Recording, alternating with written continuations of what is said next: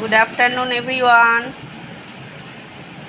আজকে হচ্ছে সোমবার, তাই সোমবারের মেনুতে আমাদের কি কি আজকে দুপুরে রয়েছে সেইটাই একটু আপনাদের সাথে শেয়ার করব আজকে। এই দেখুন, এখানে রয়েছে একদম গরম ভাত, আর এদিকে আজকে করেছি চিংড়ি মাছ দিয়ে সর্ষে দিয়ে, চিংড়ি মাছ সর্ষে দিয়ে ঢ্যাঁড়স আলুর একটা আর কি মাখা মাখা গায়ে গায়ে একটা তরকারি করেছি। এটা খুব সুন্দর।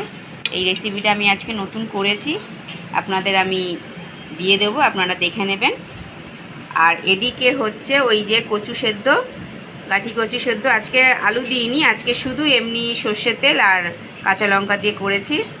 আর এদিকে হচ্ছে এটা হচ্ছে লাউ ডাঁটা, এটা মা হচ্ছে মুসুরির ডাল দিয়ে একটু করেছে, এটা মা করেছে। আর এইটা কালকের হচ্ছে ইলিশ মাছের অল্প ঝোল ছিল, ওইটাই আজকে আর কি রেখেছি।